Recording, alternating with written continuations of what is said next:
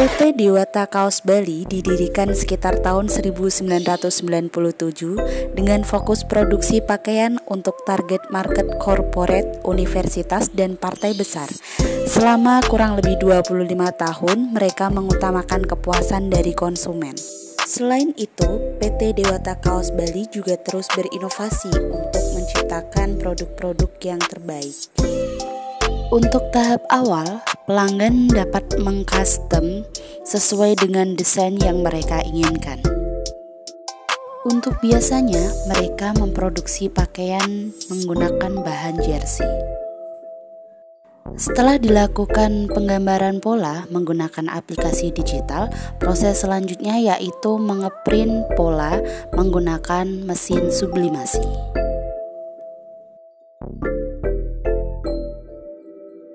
Yang di sebelah sana itu adalah mesin sublimasi digital. Jadi tadi daripada proses jersey itu seperti ini proses awalnya. Di print dulu, menyesuaikan dengan filenya, warnanya sudah ditentukan daripada aplikasi yang ada di mesin, di layar sebelah kanan. Lalu di print dengan kapasitas mesin sublimasi Mimaki TS 1300 2 head dengan kapasitas 4 pas itu kecepatannya 4 pas. Jadi dalam 1 meter itu kecepatan untuk ngeprint 1 meter itu jarak waktunya sekitar 4 menit 5 menit. Jadi untuk nyari satu jam itu hanya dapat sekitar 18 meter. Proses selanjutnya yaitu menempelkan gambar pada kain, yang di sini menggunakan alat pres panas modern. Beginilah proses dari pembuatan jersey. Nah, di industri garment ini kita harus bisa kreatif, teman-teman. Apa sih yang jadi kebutuhan pasar? Kita harus mencoba untuk belajar dan memenuhi dari kebutuhan tersebut. Jadi karena kebutuhan pakaian inilah jadi kebutuhan utama bagi masyarakat, kita harus bisa memenuhi juga mesin-mesin apa saja sih yang akan digunakan sebagai salah satu penunjang produksi kami. Jadi salah satunya ini adalah mesin heat press. Dalam mesin heat press ini untuk memproduksi kaos sublimasi, yaitu full print jersey dengan proses metode produksiannya itu.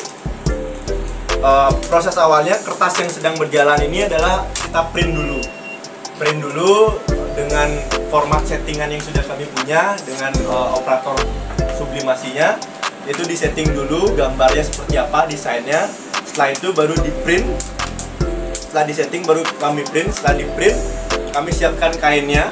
Kainnya itu menggunakan kain putih polos yang hanya bisa digunakan dengan bahan material polyester. Jadi kalau kaos-kaos kartun itu tidak bisa karena tidak akan menyerap dari mana warna yang akan dihasilkan dari printan ini. Jadi harus bahannya polyester. Lalu setelah itu kita proses press. Nah, press ini press roll to roll. Jadi seperti secara bersamaan antara kertas dan kain berjalan bersamaan dan dipress melalui karpet ini, lewati karpet ini dengan suhu derajat 215 derajat Celcius, teman-teman. Untuk hasilnya yang dihasilkan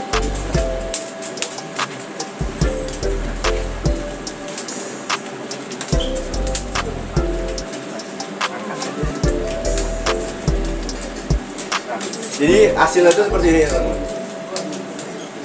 Seperti ini hasilnya. Jadi jersey bola untuk pemain bola itu kemarin di Liga 1 itu kami juga produksinya seperti ini.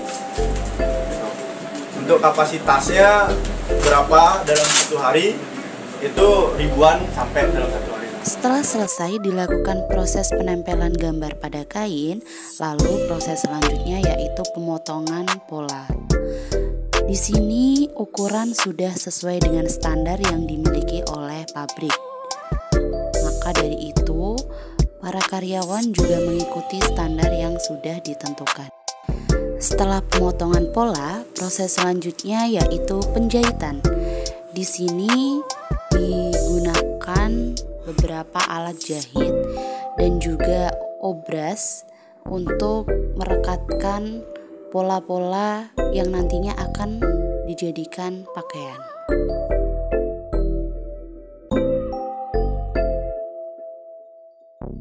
Setelah dilakukan proses penjahitan, pakaian yang sudah jadi biasanya dibordir terlebih dahulu.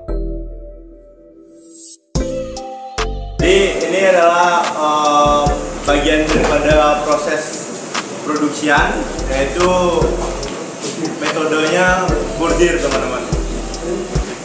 Jadi bordir ini menggunakan mesin dengan kapasitas kepala yang bisa digunakan adalah 6 kepala. Nah, dalam mesin bordir ini kita ada 3 varian. Yang kita display di sini hanya yang 6 kepala saja, dengan kapasitas produksi satu hari 200 pieces lah, dengan jumlah yang minim. Dengan varian yang duanya lagi ada yang 12 kepala dan 8 kepala, itu dengan kapasitas yang lebih besar lagi.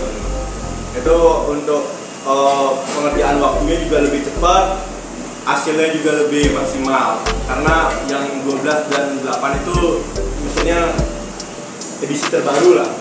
Kalau ini yang sudah cukup lama. Jadi di mesin produksian bordir ini menggunakan 6 kepala dengan kapasitas warna itu ada 5 warna yang bisa digunakan. Warna yang bisa diaplikasikan itu hanya menggunakan benang. Boleh maju teman-teman yang belakang biar bisa lihat. Jadi dengan benang yang digunakan untuk menghasilkan desainan maksimal itu hanya 5 warna saja. Mungkin teman-teman sudah tahu bordiran itu seperti apa, yang ada di jasa alma mater teman-teman juga itu metodenya bordiran. Dengan pengaplikasiannya, yang pertama kita setting dulu menggunakan Corel. Lalu setelah di Corel kita memasukkan ke aplikasi khusus komputer embroidery, yaitu khusus bordir. Lalu di situ kita bisa melihat bagaimana settingan daripada bordirannya itu. Dia mau tebal seperti apa, longgarnya seperti apa, tulisannya, rapatnya seperti apa, itu kita setting menggunakan aplikasi tersebut. Setelah itu, file sudah disetting dengan maksimal, menghasilkan kode-kode warna apa saja yang digunakan. Nah, dari kode yang digunakan itu sudah tercantum di dalam benang ini. Jadi setiap benang ini punya kodenya masing-masing, sudah ada angkanya masing-masing, teman-teman. Jadi seperti ini.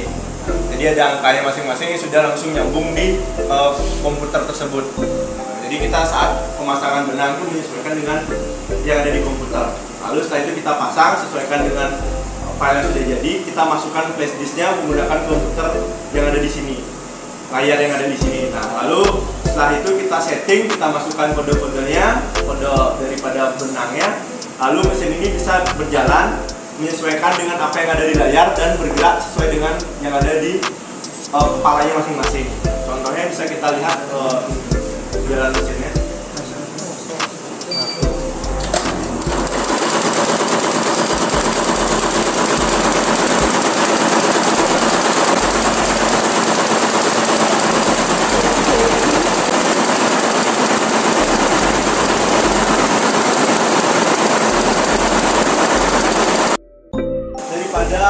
Perkembangan sablon saat ini. Jadi dulu sablon itu menggunakan manual, menggunakan screen printing. Mungkin saya jelasin dari sini. Menggunakan screen printing. Kalau sekarang menggunakan mesin print. Mesin print ini dioperasikan setelah disetting gambar-gambar tersebut, desain-desainnya melalui Adobe Photoshop. Itu disetting. Untuk proses selanjutnya yaitu penyablonan. Yang sudah ditentukan daripada permintaan operator mesin ini, kita setting dulu di Photoshop. Setelah itu settingannya baru kami pindahkan ke layar operator yang ada di mesin ini. Jadi menggunakan software memang yang dimiliki dari mesin ini.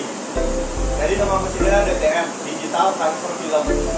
Mentransfer gambar menggunakan film pad. Jadi yang disebut film itu kertas C. Beda dengan kertas sublimasi. Kalau kertas itu memang benar-benar kertas yang digunakan. Jadi ini kertasnya ada kertas plastik.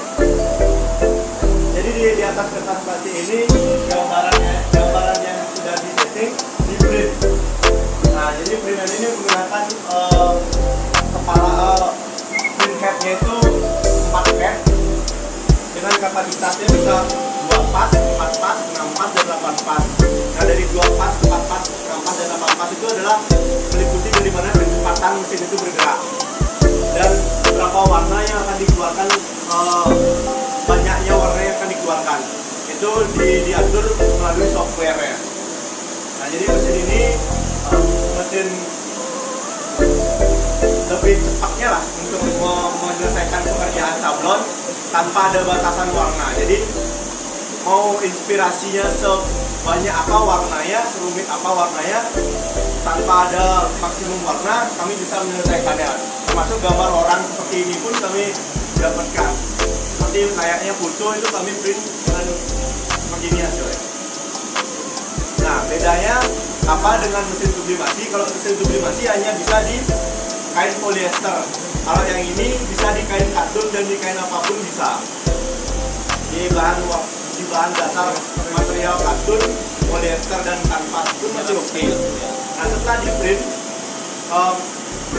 film pad ini awalnya di print warna dulu dengan print pad yang ada di belakang, lalu di print dengan print pad yang di depan dengan warna putih. Putih ini fungsinya untuk melekatkan lemnya. Nah setelah itu berjalan, lalu kami taburi powder. Jadi powder ini bagian daripada penguat lem, jadi agar bisa bertahan lama di dalam material dasarnya. Nah itu kami taburi powdernya itu seperti garam tepung tipis banget, itu ditaburi dulu. Setelah itu baru kami panaskan melalui oven ini. Jadi pemanasnya ini sekitar 150-160 derajat untuk mematangkan tinta dan powder ini.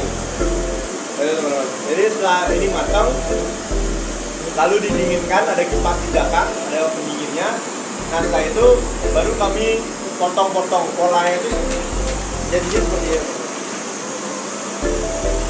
Jadi tekstur belakangnya itu seperti ini, seperti kulit jeruk gitu ya.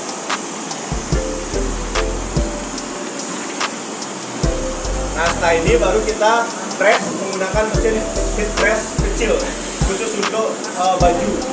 Jadi prosesnya. Dan yang terakhir adalah proses penempelan gambar pada kaos menggunakan mesin press.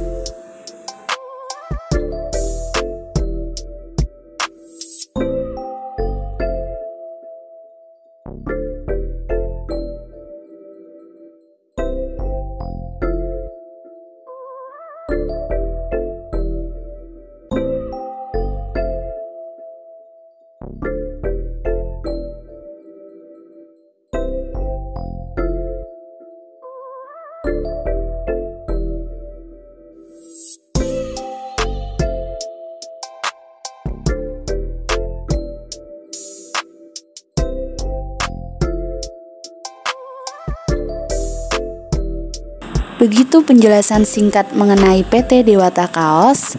Terima kasih sudah menonton dan semoga bermanfaat.